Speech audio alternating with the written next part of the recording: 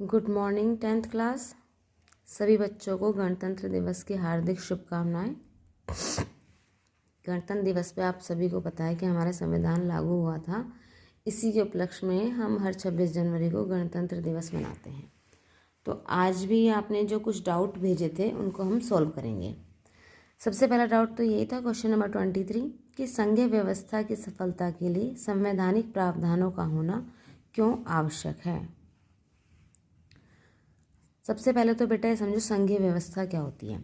संघ बना लेना यानी ग्रुप बना लेना। एक तरह से नॉर्मल भाषा में ये समझो, जैसे कि दो व्यक्ति हैं, उनको कोई एक काम करना है तो उन दोनों ने आपस में मिलकर ग्रुप बना लिया। अब अगर सिर्फ एक व्यक्ति के पास पावर रहेगी तो दूसरा क्या नाम है उससे झगड़ा करेगा। दूसरे को सिर्फ काम मिलेगा, वो बोलेगा मुझे सिर्फ काम मिलेगा, पावर कुछ नहीं है मेरे पास, तो दोनों के आपस में लड़ाई झगड़ा हो सकता है। तो इन्हें सुलझाने के लिए कोई ना कोई रूल तो सेट करने पड़ेंगे कि भाई तुम ये काम करोगे और तुम्हें ये काम करना है। तो इन्हीं रूल्स को हम कहते हैं संवैधानिक प्रावधान। सेम ऐसे ही हमारे देश में होता है। एक तो है केंद्र सरकार, दूसरे राज्य सरकार, दोनों ने आपस में ग्रुप बना लिया, उसको हम बोलते हैं संघीय व्यवस्था। किसी भी देश में जब विभिन्न सरकारें एक साथ, विभिन्न लेवल की सरकारें एक साथ मिलकर काम करती हैं तो उसे ही कहते हैं कि उस देश में संघीय व्यवस्था है। तो भारत में भी ऐसा ही है। एक तो केंद्र सरकार है, बाकी सारी राज्य सरकारें हैं, सारी आपस में मिलकर काम करती हैं और पूरे देश को चलाने का कार्य करती हैं। तो भारत में संघीय व्यवस्था है। अब ये संघीय व्यवस्था सफल हो, आपस में राज्य से, एक राज्य का दूसरे राज्य से कलेश ना हो, कुछ राज्यों का केंद्र सरकार से कलेश ना हो, कोई लड़ाई झगड़ा ना हो, इसके लिए क्या करते हैं, हमने अपने संविधान में कुछ प्रावधान यानी कानून बनाए हुए हैं। इन्हीं को हम कहते हैं संवैधानिक प्रावधान। तो क्वेश्चन यही था कि कहीं पर संघीय व्यवस्था को सफल बनाना है तो संवैधानिक प्रावधान होना क्यों आवश्यक है। तो इसको हम पढ़ लेते हैं। विभिन्न स्तर की सरकारों के अधिकार क्षेत्र संविधान में स्पष्ट रूप से वर्णित होते हैं, इसलिए संविधान सरकार के हर स्तर के अस्तित्व और प्राधिकार की गारंटी और सुरक्षा देता है।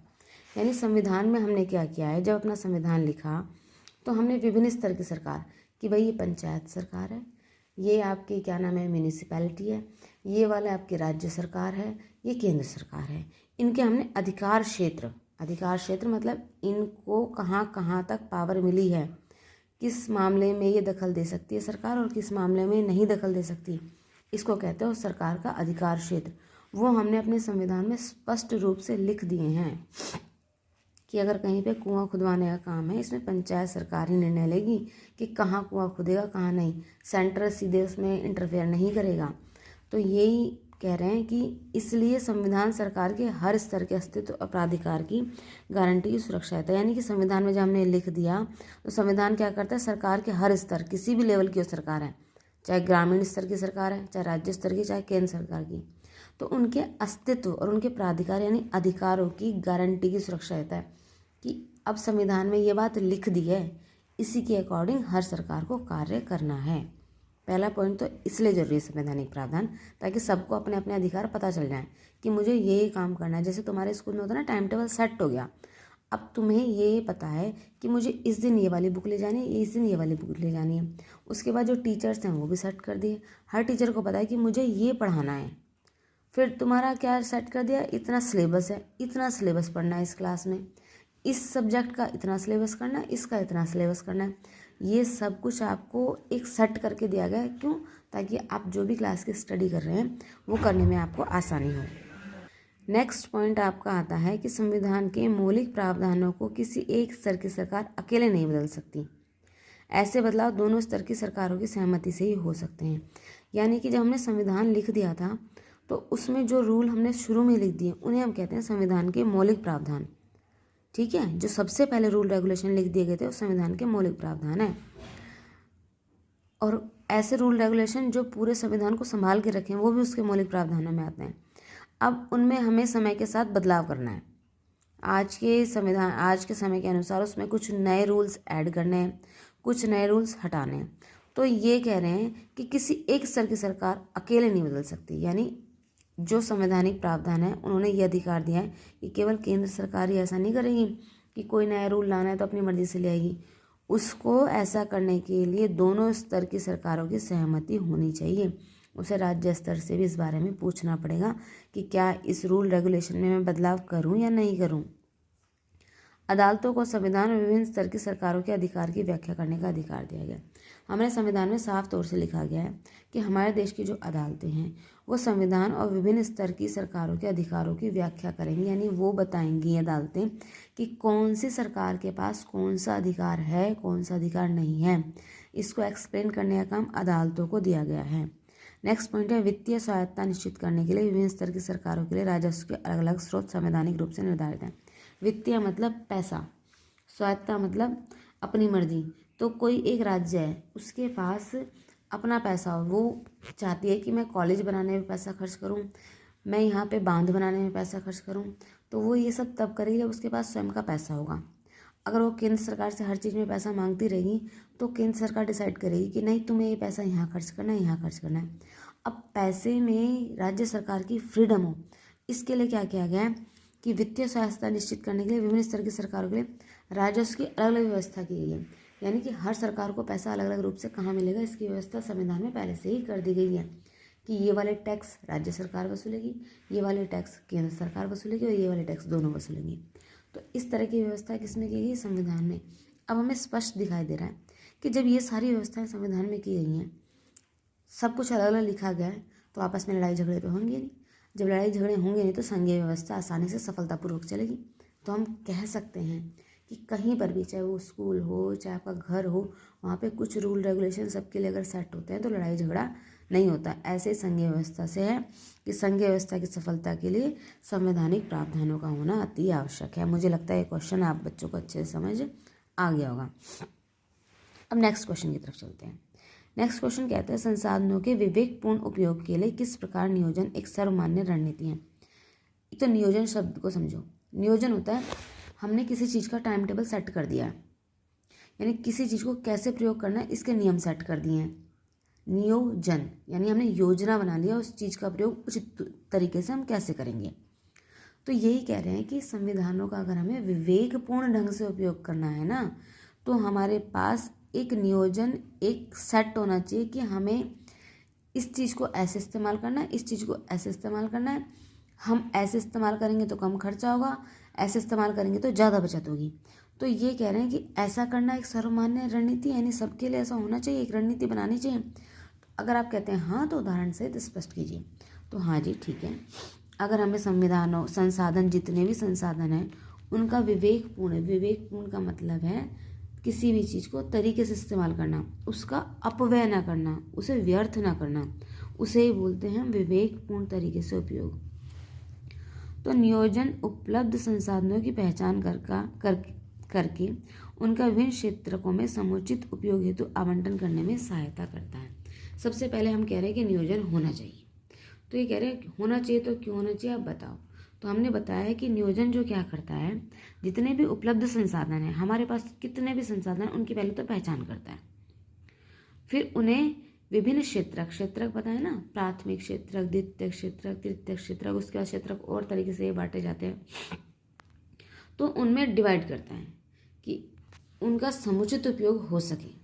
ठीक है, जैसे कि हमने पहले डिसाइड कर लिया कि हमारे पास कितना कोयला है, संसाधन ही है कोयला एक।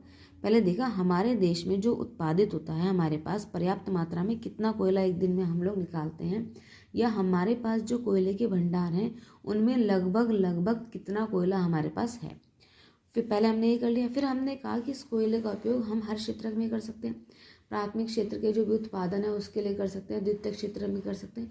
तो किस क्षेत्र को इसकी कितनी ज़रूरत है उसमें हमने इस कोयले को डिवाइड कर दिया, किस हिसाब से, अपनी ज़रूरत के हिसाब से। तो ये हो गया फर्स्ट पॉइंट कि जब हमें पता चलेगा कि हमारे पास कोई चीज़ कितनी है, पहले तो हम उसकी ये पहचान करेंगे, फिर हम उसको नियोजन के अंतर्गत क्या करेंगे, अलग अलग क्षेत्रों में उसको बांट देंगे। नियोजन गतिविधियों के दौरान उनका अधिकतम उपयोग और न्यूनतम अपव्यय को सुनिश्चित करता है। नियोजन ये भी तय करता है कि जब हम कोई भी गतिविधि कर रहे हैं तो जो भी चीज़ें हैं उसका हम अधिक से अधिक उपयोग करें। अगर कॉटन है, कॉटन से हमें दिए की बाती बनानी है तो हम इस प्रकार से बनाएं कि बाती पूरी जले और आखिर तक जले, यानी शुरू में जल गई, पीछे का हिस्से में घी लिपटा हुआ है, हमने पूरी बाती फेंक दी, दोनों चीज़ें व्यर्थ हैं। ये चीज़ें लगती तो छोटी छोटी सी कि जरा सा रुई का टुकड़ा ही तो था, और जरा सा घी ही तो था, लेकिन देश में 140 करोड़ लोग हैं। हर लोग जरा जरा सा हर चीज़ को व्यर्थ करेंगे तो चीज़ों का अपव्यय बोलते हैं उसे। अपव्यय करने से चीज़ें व्यर्थ होती हैं। और अगर हर व्यक्ति थोड़ा ही बचाता है तो लास्ट में हम देखेंगे कि उसकी मात्रा विशाल है जो हमने बचा लिया है। तो जब नियोजन करते हैं तो उससे क्या होता है, गतिविधि के दौरान अधिकतम उपयोग होता है और न्यूनतम अपव्यय होता है। नेक्स्ट है नियोजन एक देश के अंतर्गत विभिन्न प्रदेशों और क्षेत्रकों के मध्य संतुलन विकास को बढ़ावा देता है।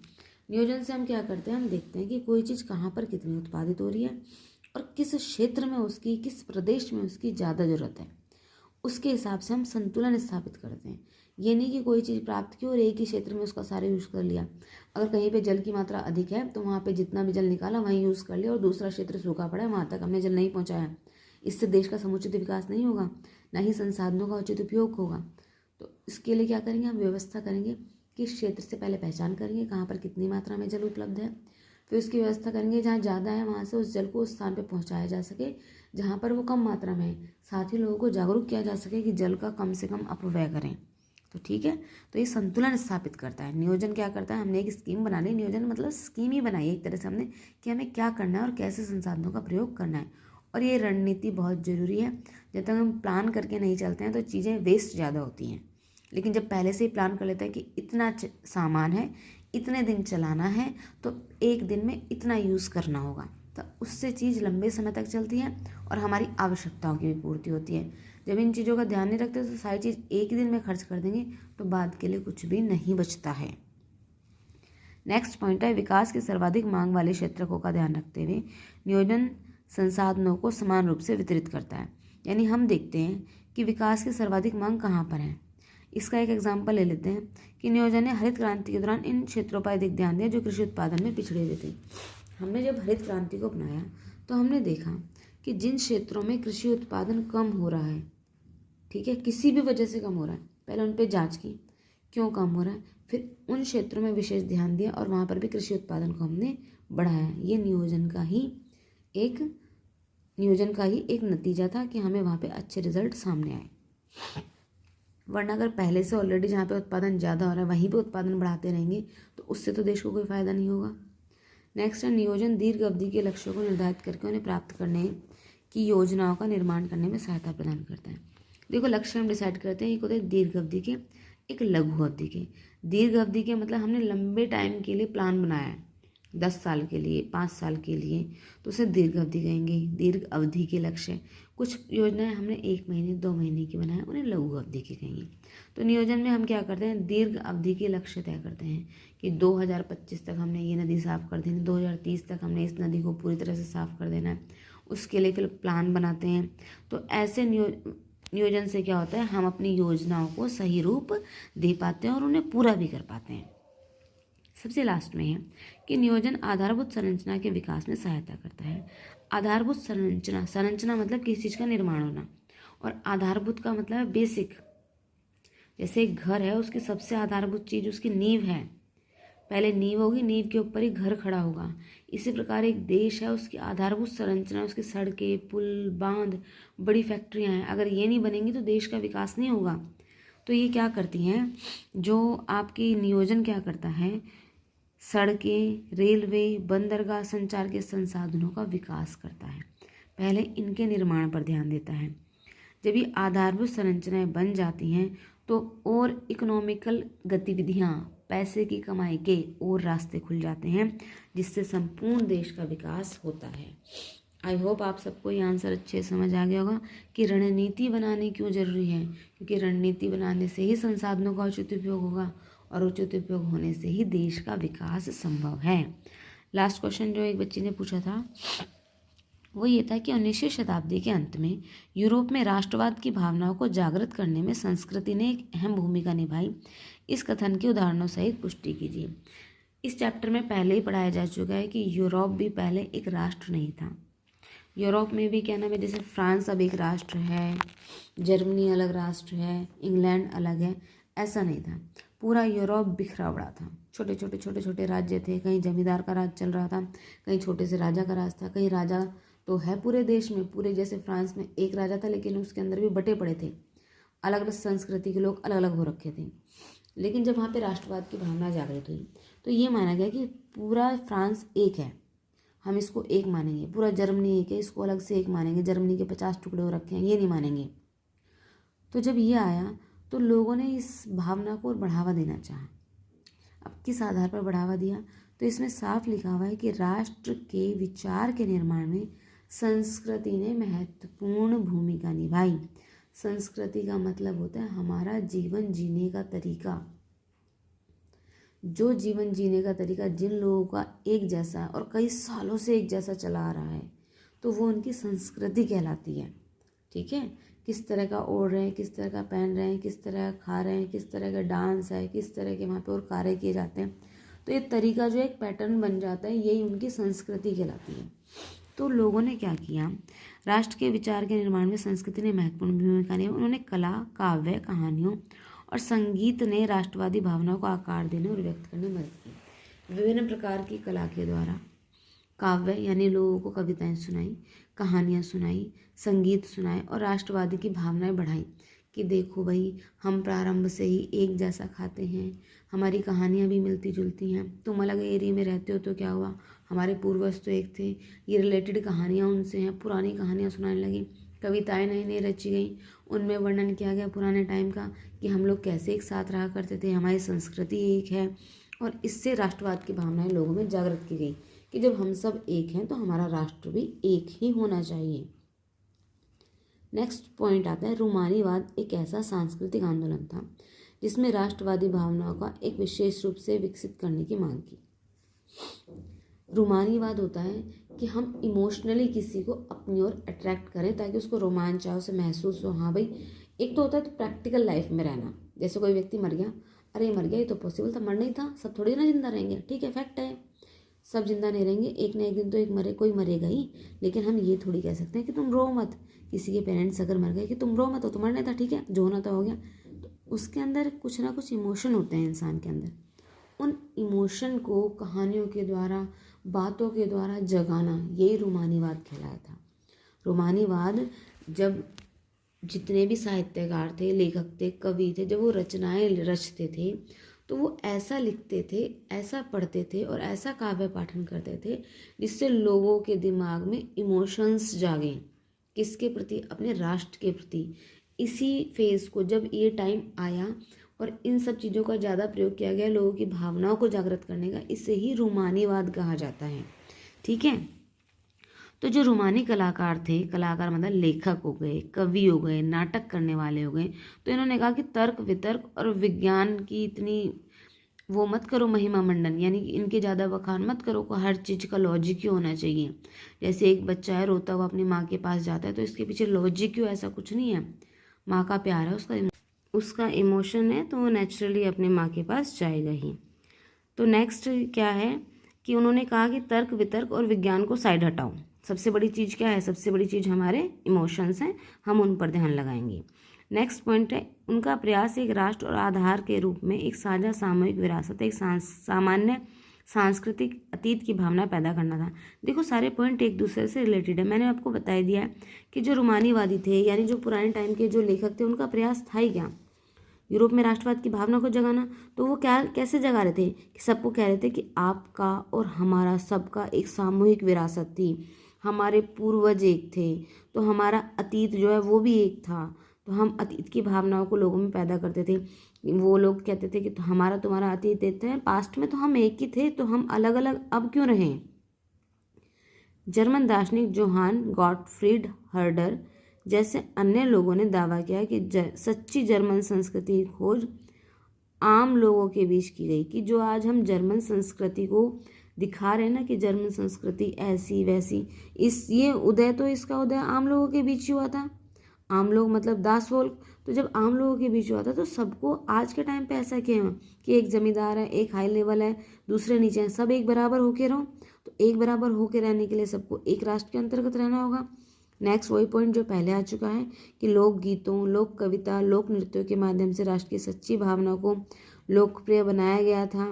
यानी लोगों के सामने गीत, नाटक, कथा ये सब प्रस्तुत किए जाते थे, उनके अंदर की भावनाओं को जागृत किया जाता था। खाली सिर्फ नारे लगाने से कुछ नहीं होता है। जब लोगों के अंदर ये इमोशन आ जाता है ना कि हम सब एक हैं, तो वो बाहर निकलते हैं और राष्ट्रवाद की मांग करना शुरू करते हैं। तो इसी चीज़ ने राष्ट्र निर्माण के लिए आगे कदम बढ़ाया था। नेक्स्ट पॉइंट है स्थानीय भाषा। सीधी सी बात है, जब दो व्यक्ति आपस में बात कर रहे हैं, जब तक वो एक अन्य भाषा में बात करते रहेंगे, जैसे आप ही ले लो, आप में से कोई बिहार से है, कोई राजस्थान से है, कोई उत्तर प्रदेश से है, जब तक स्कूल में नॉर्मल भाषा में बात करते हो तो शायद इतना मज़ा नहीं आता, लेकिन जब अपनी भाषा में बात करते हो तो तुम अपनापन फील करते हो। तो यही किया गया, स्थानीय भाषा पर जोर दिया गया। लोक कथाओं को दोबारा से लिखा गया। जो लोक कथाएं क्या होती है, एक ने दूसरे से कह दी, बस सुन सुन के उन कथाओं को आगे बढ़ रहे हैं। अब उन कथाओं को लिखा गया, उनका संग्रह किया गया, संग्रह करके लोगों के सामने लाया गया। तो देश की बहुत बड़ी जनसंख्या के सामने जब वो कथाई, तो उन्हें ऐसा लगा कि नहीं भाई, हम तो आपस में एक ही हैं। पोलैंड जैसे 18वीं शताब्दी के अंत में महान शक्तियों रूस, प्रशिया और ऑस्ट्रिया द्वारा विभाजन किया गया, उस देश ने भी संगीत और भाषा के माध्यम से राष्ट्रीय भावना को जीवित रखा। पोलैंड 18वीं शताब्दी के अंत में क्या किया था, थोड़ा हिस्सा रूस ने ले लिया, थोड़ा प्रशिया ने ले लिया और थोड़ा ऑस्ट्रिया ने ले लिया। इस तरह पोलैंड के टुकड़े कर दिए गए। तो उन्होंने क्या किया, संगीत, भाषा, इन सब के माध्यम से दोबारा पोलैंड में भी राष्ट्रवाद की भावना जगा के उसे एकीकृत किया। उदाहरण के लिए कैरोल कुर्पिस्की ने अपने ओपेरा और संगीत के माध्यम से पोलिश राष्ट्रीय संघर्ष का गुणगान किया। उन्होंने, यानी वो ओपेरा करते थे, बजाते थे, म्यूजिक वगैरह साउंड अपना पूरा सिस्टम लेके बैठते थे और गुणगान करते थे। किसका? राष्ट्रीय संघर्ष का गुणगान करते थे। पोलोनेस और माजूरका जैसे लोक नृत्यों को राष्ट्रवादी प्रतीकों में बदल दिया गया। कोई विधि होती होगी वहाँ पे नाच की, जिसको पोलोनेस और माजूरका कहते थे, तो राष्ट्रवादी प्रतीक हो गया अभी, ठीक है। उसके बाद नेक्स्ट है कि पोलिश के प्रयोग को रूसी प्रभुत्व के विरुद्ध संघर्ष के रूप में देखा जाने लगा। यानी क्या हुआ, रूसी भाषा जो है पहले बोली जाने लगी थी, जिस एरिया पर रूस का कब्जा था पोलैंड के, वहाँ के लोगों ने अपनी भाषा बोलनी शुरू की। बोला हम रशियन भाषा नहीं बोलेंगे, अपनी भाषा के प्रभुत्व को दिखाया। तो इस प्रकार हम पूरा देखते हैं कि 19वीं शताब्दी के अंत में यूरोप में राष्ट्रवाद की भावना को जागृत करने में संस्कृति ने एक महत्वपूर्ण भूमिका निभाई थी। ये 3 क्वेश्चन आपको अच्छे से समझ आए होंगे। समझ आने के बाद लिख के ज़रूर देखें बेटा, याद करके, उसके बाद ही तुम्हारा कुछ हो सकता है। खाली मैंने समझाया और आपने छोड़ दिया, रिवाइज नहीं किया, तो फिर से भूल जाओगे। Thank you.